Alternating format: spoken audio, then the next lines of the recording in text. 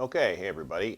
So for the Photo 186 careers in photography today is the last class. Yay, aren't we happy? I'm sure you are. Look, it's been a crazy semester, we all know that. But got one more thing that I really wanted to cover with you. So, next week the semester's over, so just make sure and go through your folders and make sure that you have all the assignments turned in, and we'll be good to go. So, just take a look at everything and make sure everything's cool. So, last class. So I normally have a friend of mine come in, and we talk a little bit about taxes and all that kind of stuff. And so I thought I'd just change it up a little bit today. And I thought we'd talk a little bit about money today. And how things really work. So typically, the line always says, who wants to be a millionaire? Yay! And everybody raises their hands. Well, I want to be a millionaire. I want to be a millionaire. I want to be, well, whatever. Okay. Not that, having a lot of money is the only measure of success, because clearly it's not.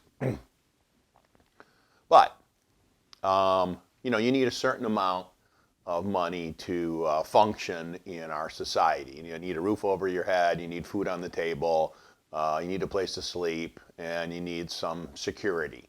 Right? You need to live in a relatively decent area with some services. So it takes a certain amount of financial resources to do that. So how do you become a millionaire, or how do you get to a point where you have money saved? All right. Well, that's the key right there. Is start saving. Okay. Start saving now. The earlier you start, obviously, the better off you'll be. Right. You'll have all those years to build that up. So if you're 20 years old and you have a job, you can start a savings account, but this is going to be a little bit different as to how you're going to save this money. All right, have you ever heard the term pay? My thing isn't dry yet here. Pay yourself. Now I've wrecked it because it's not dry.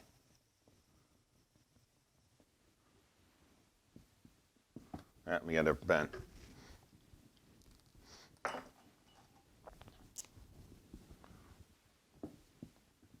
Pay yourself first.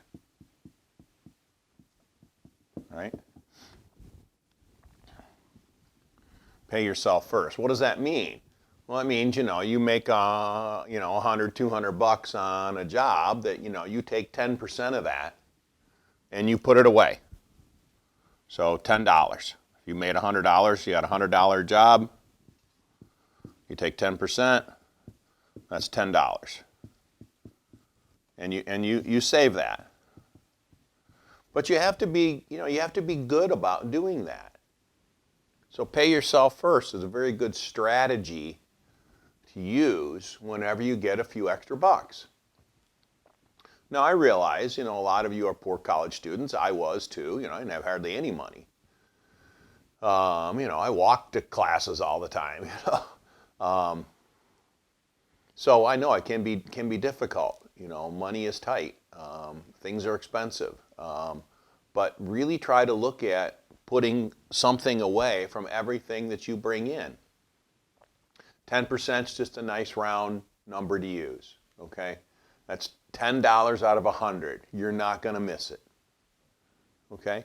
And start putting that away. Okay, well, where do you put it, right? Well, you really want to invest that. You don't want it to just sit in some savings account, because what a savings account getting now today? Less than 1% interest return. So that's pretty lousy, right? There are a lot of investment vehicles out there. But one of the things that you want to look at, especially as a young person, you want to know what this is all about. What's a Roth IRA? Well, IRA stands for Individual Retirement Account, okay? And it allows you to put money in to an account, and that money can grow. Now, if it's a Roth IRA, as opposed to a regular IRA, most people put money in the Roth IRA because when you put the money in, you've already paid tax on it. You've earned it. You've paid tax on it. So now when you put the money in the Roth IRA for the next 30, 40, 50 years, right? So 40 years, right? You're 20, you're going to retire 65, whatever, okay? So that's roughly 25 years. That money grows without having taxes applied to it. When you draw that money out when you reach retirement age, whatever that is for you, 60, 50, 70, whatever it is, when you draw that money out, you don't pay any income tax on it. So essentially, it's kind of like free income, right? Because you have to pay tax on anything you make, right? So you want to open up a Roth IRA account and start putting money into it. And you want to put money in it regularly, every month. I don't care if it's $10, right? Don't go and get a muffin and a coffee. That's what? That's like $5, $6, right? Skip that a couple of times a month, and there's your $10, right? That's how that works.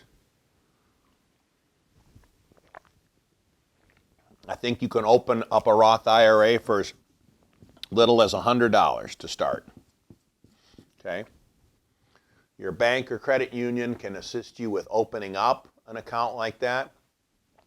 But what you have to be careful about in looking at opening up a Roth IRA account and start putting your money in, right? One of the things you have to be careful about, let me make sure this is dry here, is you have to watch out what the fees are, right? How much they charge. It'll be a percentage. It might be like 1.1%, 1%, right? 0.5, that's good, 0.5. Right? We just moved a whole bunch of money from an account that was charging us 1.2% to 0.5%. So we essentially cut our expenses on that money in half. Well, that's big. That money, I'm 64. That money still has to last me till I'm 85 years old or so. So that money still has to last me 20 years. Now, there's a lot of money in there, so half a percentage point over 20 years is a lot of money. So you can see why we wanted to do that. Now, in your situation, you got 40-some years. Boy, that can add up to a lot of money over 40 years. So you want to look at what the fees are, and that's something you want to ask when you open up the account. What are the fees? How much does it cost to get me in?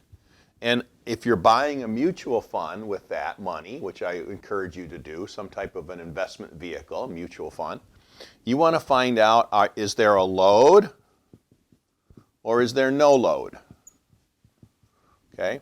Is there a load, meaning there's a fee to get into it, right? Like I have some money in a company called American Funds. Okay? I had to pay to get into it. So I had $100. I actually only was able to put in like $95. They took $5. That's their fee for you to get into their system. Now the money has done very, very well over the years, so I'm not complaining, but that's a difference between an upfront load or a fee going in and then a no load where there's no fee going in. But some of the no loads can have a higher monthly management fee, a percentage, right? So they still have to manage that money. They're still going to charge you. Look, everybody makes money. So you want to ask those questions. What are the fees? How are they structured? When is that fee charged to my account? Monthly, weekly, daily? How does all that happen? But this is one of the best things you can ever do in your life, is to put money in a Roth IRA, especially when you're young. You have the miracle of compounding, of the interest going up, right? People are saying, oh, the stock market, stock market, stock market. Right? The stock market is fairly volatile. But since 1920, the stock market has done nothing but this. Yeah, there's been bumps along the way, but where it was in 1920 compared to where it is now, right? So you want to get into investments that are solid companies. They might have a variety of funds that you can pick from. And you want to do a little homework and find out, are these good companies? Do they have, things like, do they have Apple or Tesla or Ford Motor or, General Electric or, big blue, what they call blue chip companies, right? Now, Ford stock never goes up very much, but Ford always pays very good dividends every year. So you got to weigh all this stuff out a little bit and find out what's going to be good for you, right? So this is really the biggest thing, and lots of students have done this over the years, right?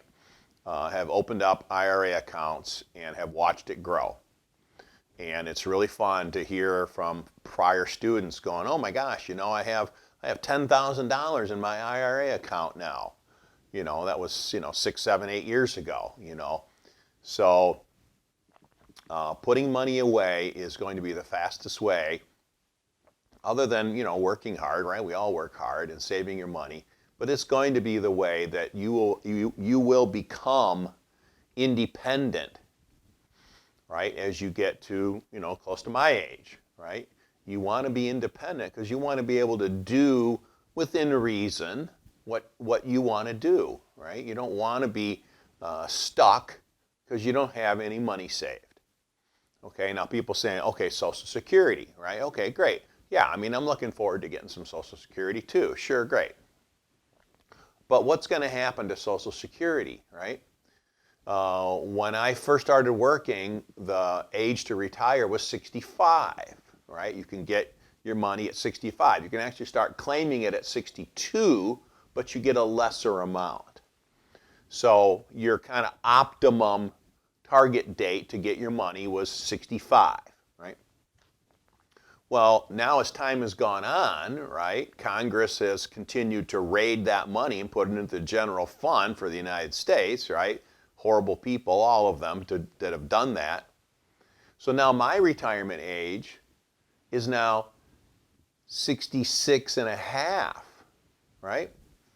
So I have to be from 65 to 60, that's a year and a half difference that I have to delay taking it to get that amount of money. So what's going to happen to you in 20 years or 30 years? Right? So what Congress is probably going to do, because no president, no Congress wants to be the one that abolishes Social Security, so they're going to reduce the benefit. If you were going to get $1,000 at 65, guess what? You're going to get $700 now. And if you thought you could retire at 65, guess what? It's going to be 67. Because I have friends that are younger than me that their retirement age is not 66 and a half, it's 67. Then it's going to be 67 and a half. Then it's going to be 68. So they're going to keep raising the time when you can claim the money and reducing the benefit. So that's what's going to happen. So you'll still get some money out of it, but it's probably going to be a little different than my situation that I'm in now, right? So that's what's probably going to happen. Now, I don't have a crystal ball. I don't know if that's what's going to happen to Social Security, but that would be my guess, right? We need people to work to put money into it to pay money out. It's basically how it works, So the situation is going to be that nobody wants to get rid of Social Security, so they're going to figure out a way to make it work. So that's my theory on what's going to happen. You're going to raise the rate you can retire, the age you can retire, and reduce the benefit. Pretty simple. So look at opening a Roth IRA. Do a little homework on what they have to put that money in. Be consistent about investing it. So if you sign up for $20 a month, put $20 a month in. Now you can have it automatically taken out of your savings account.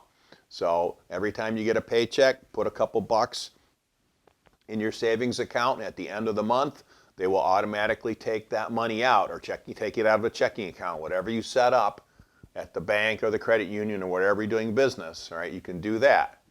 Now, there's also private ways that you can do that. Ameritrade, there's account brokerage services that you can set up that. But for now, I would suggest setting it up with a financial institution. You can always change later on. But that would be the best way to look at paying yourself first and putting a little bit of money away every month, and be consistent about it. Always do it. Do it till it hurts sometimes. If you get a $1,000 check, man, put $200 in, 20%. Wow, that would be great. Because that money will grow over time. And when you're my age, you will be very happy that you started doing this when you were 20, 21, 22 years old. If you're younger than that, as long as you have a job and have reportable income, you get a paycheck, you can open up a Roth IRA. Okay? So save your money, and then you'll be able to enjoy it. Okay? So it's nice to have that money put away. Okay? So that's about it. So that's it. I will be around pretty much all week next week on campus taking cameras back in. If you want to come in and see me, hey, I sent out an email what my time frame is when I'm going to be there. If you want to come in and talk about anything, I'll be there Monday, Tuesday, Wednesday, Thursday next week. So I'll be there every day. Monday I'm there from like 1 to 6. Tuesday I'm there from like 9 to 2 or 3. Wednesday I'm there from 9 to 1 or 2, something like that. And Thursday I'm there from like 2 to 6 or 1 to 6, something like that. So I'll be around if you want to come in and talk about anything, or about stuff in the careers class, what you want to do with your career and what directions you want to go in. That's fine. I'm always available. Okay, great. See you later. Bye.